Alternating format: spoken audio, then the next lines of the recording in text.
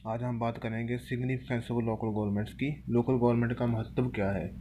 Local government, simple सी बात है कि जो स्टेट गवर्नमेंट है और वो जो सेंट्रल गवर्नमेंट है, उनके पास इतना टाइम नहीं है आज के वक्त में। उनके कार्य बहुत ज़्यादा बढ़ गए हैं, इसलिए उन्होंने लोकल लोकल जो काम है पूरा करने के लिए लोकल गवर्नमेंट को स्टैब्लिश कर दिया है।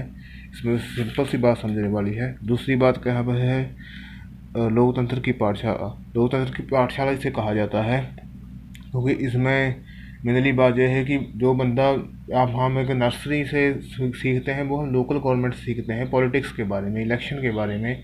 जैसे कि मान लो किसी बंदे को एमएलए या एमपी की इलेक्शन लड़नी है, वो इलेक्शन के बारे में अगर वो पहले अपने गांव में सरपंच की इलेक्शन लड़ेगा तो उसे ज़्यादा अच्छी तरह से नॉलेज हो जाएगी कि इलेक्शन में किस तरह के जो भाषण देते हैं, क्या इसका प्रोसेस होता है, कैसे इलेक्शन इलेक्ट होते हैं, सब के बारे में उसे एक तरह की जानकारी प्राप्त हो जाती है। उसके आगे का पॉइंट आ जाता है सामाजिक भावना पैदा करना, यानी इसके जरिए होता है जो बंदा इलेक्शन लड़ रहा है उसके अंदर सामाजिक भावना, और लोकल गवर्नमेंट में जो बंदे काम करते हैं उनके अंदर भी सामाजिक भावना पैदा हो जाती है। सामाजिक भावना जब किसी बंदे अंदर पैदा होगी तो वो अपने देश के लिए, अपने जो समाज के लिए अच्छा कार्य कर सकता है। बिना सामाजिक भावना के वो सिर्फ प्रति अपने यानी कि व्यक्तिगत मैटर्स के बारे में ही सोचेगा, सामाजिक मैटर्स के बारे में नहीं सोचेगा। सामाजिक भावना पैदा करना में इसका जो अहम रोल है। और इसके नेक्स्ट पॉइंट पर आ जाते हैं, वो है स्थानिक स्थानिक ज़रूरतों की पूर्ति। इसमें स्थानिक ज़रूरतें हैं उनकी पूर्ति हो जाती है।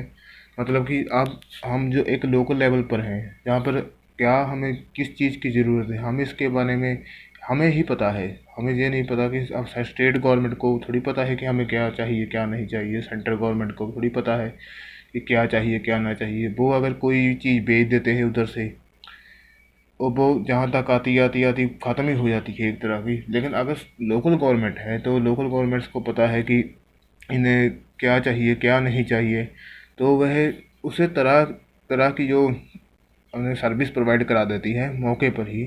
जैसे कि कुछ कुछ कार्य हो जाते हैं इस तरह के, जैसे जिसमें सिर्फ यानी कि लोकल जो बंदा होता है उसे ही पता होता है कि हमें कौन सी चीज़ की यहाँ पर सबसे ज़्यादा ज़रूरत है। वो चीज़ लोकल गवर्नमेंट ही प्रोवाइड करा सकते हैं क्योंकि उसमें लोकल बंदे ही होते हैं। यहाँ पर नेक्स्ट पॉइंट आ रहा है संचार आदर्श साधन। ये एक मेन पॉइंट है। इसमें कहा जाता है कि जो लोकल गवर्नमेंट्स हैं इसके ज़रिए हम एक संचार का साधन जो पैदा कर रहे हैं। अ, संचार का साधन जैसे कि मंत्रियों के बीच और हमारे बीच में एक संचार का साधन बन जाता है लोकल गवर्नमेंट्स के ज़रिए।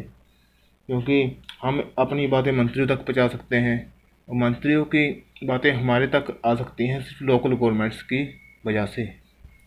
उसके अगला पॉइंट आ जाता है स्थानिक सेवाएं प्रदान करना। ये पॉइंट सिंपल ही है। सिंपल ही है। इसमें सिंपल सी बात कही है कि हमें जो हमारी सर्विस है वो लोकल ही मिलने लग जाएंगी। इससे नेक्स्ट पॉइंट आया था दल प्रणाली की बुराई। देखिए ये पॉइंट जो जहाँ पर तो नहीं लगता, ये पॉइंट जो जैसे कि अलग जो देश हैं जैसे कि यूके हो गया, यूएसए हो गया, ऐसे देशों में ये बहुत ज़्यादा अच्छा रहता है दल प्रणाली की बुराइयों को दूर करने वाला। क्योंकि वहाँ पर जो दल प्रणाली है वो लोकल लेवल पर नहीं है। जैसे कि हमारे देश में आ जाता है कांग्रेस का मेयर बन गया या सरपंच बन गया बीजेपी का, इस तरह का नहीं होता वहाँ पर। वहाँ पर इस तरह का नहीं होता। वहाँ पर होता है कि सरपंच जो लोकल लेवल की गवर्नमेंट है उसमें कोई भी दल प्रणाली नहीं है, मतलब उसमें कोई भी पार्टी अपना हिस्सा नहीं लेती। यहाँ पर आया था प्रशासनिक कार्यकुशलता। इसमें प्रशासनिक कार्यकुशलता तो आ ही जाएगी क्योंकि लोकल गवर्नमेंट है, हमारी अपनी गवर्नमेंट है, हमको पता है कि हमें क्या चाहिए क्या नहीं चाहिए। इसमें जो उसकी बुराई होती है नौकरशाही और लाल फित्ताशाही और रिश्वत वगैरह नहीं देनी पड़ती। और इसके नीचे आ रहा विकास योजना में दी सफलता ली सहायक। मतलब कि जो भी विकास योजनाएं होती हैं यानी कि वो सेंटर के द्वारा बनाई जाती है, वो लोकल लेवल तक तभी अच्छी तरह पहुंचेगी अगर लोकल गवर्नमेंट वहाँ की अच्छी होगी। अगर लोकल गवर्नमेंट साथ देगी, लोग उसका साथ देंगे, तो उसका विकास भी अच्छी तरह से हो सकेगा। इससे नेक्स्ट का पॉइंट आ जाता है नेक्स्ट पॉइंट आ जाते हैं सामाजिक मामले बारे तजर्बा करना आसान। ये बात भी सही लिखी है। इसमें कहा गया है कि कोई भी जो सामाजिक मामले हैं, यानी कि सामाजिक तरह के एक्सपेरिमेंट करना किसी मामले पर हम लोकल लेवल पर कर सकते हैं। मतलब एक छोटे क्षेत्र पर वो एक्सपेरिमेंट कर सकते हैं कि इससे ये काम को इस तरह करके देखो तो देखते हैं क्या रिज़ल्ट आएगा। इसका फ़ायदा ये होता है कि अगर उस किसी काम में जो कमी आती है या कोई काम सेट नहीं बैठता तो हम उस काम को यानी कि छोड़ सकते हैं, उस एक्सपेरिमेंट को छोड़ सकते हैं। अगर सेट बैठता तो उस एक्सपेरिमेंट को हम स्टेट पर लागू कर सकते हैं, सेंटर पर लागू कर सकते हैं। और जहाँ पर नीचे लिखा है राजनीतिक शक्ति या विकेंद्रीकरण, इसमें लिखा है विकेंद्रीकरण हो जाता है। जो राजनीतिक पॉलिटिक्स पावर्स है उनका डिसेंट्रलाइज हो जाता है यहाँ पर। और डिसेंट्रलाइज का फ़ायदा यह रहता है कि सबसे ज़्यादा प्रॉफिट रहता है लोगों के लिए कि एक हाथ बंदे के हाथ में पावर्स नहीं होती, सबके हाथ में पावर्स हो जाती है। लोकल गवर्नमेंट्स के पास ही पावर्स हैं।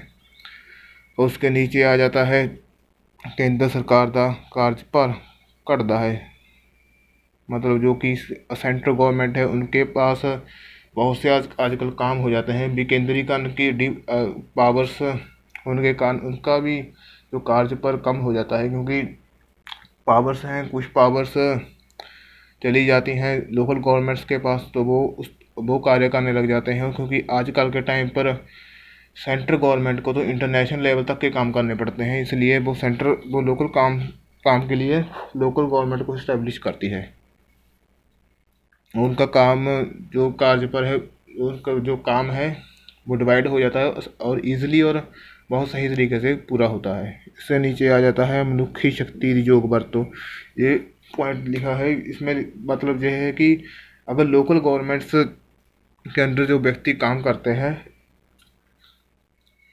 और वो अच्छी तरह से काम करते हैं तो उनकी जो पावर्स हैं उन्हें भी हम सही तरीके से यूज़ कर सकते हैं। क्योंकि सेंट्रल लेवल में और स्टेट लेवल में वो कुछ बंदे ऐसे होते हैं वहाँ तक नहीं पहुँच सकते, लेकिन वो लोकल गवर्नमेंट्स में अपना काम कर सकते हैं और वो अपनी योग्यता को वहाँ दिखा सकते हैं।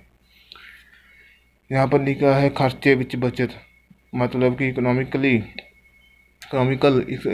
इसका मतलब ये है कि खर्चे में बजट, ये एक कोई भी यानी कि ग्रांट आती है उसमें बजट हो सकती है अगर लोकल गवर्नमेंट चाहे तो।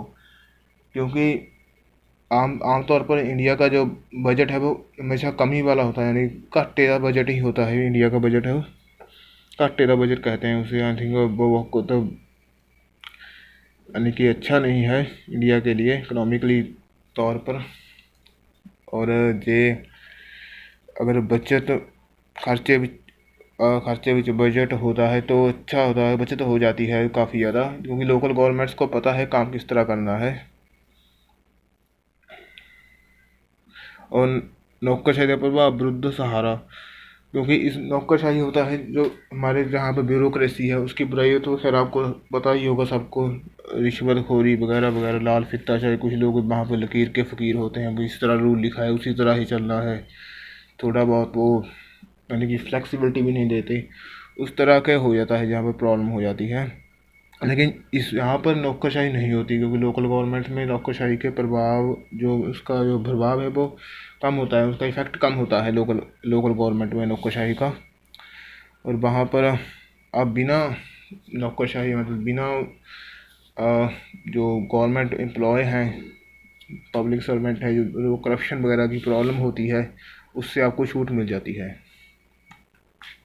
यह आज का टॉपिक यहीं पर ख़त्म होता है। धन्यवाद।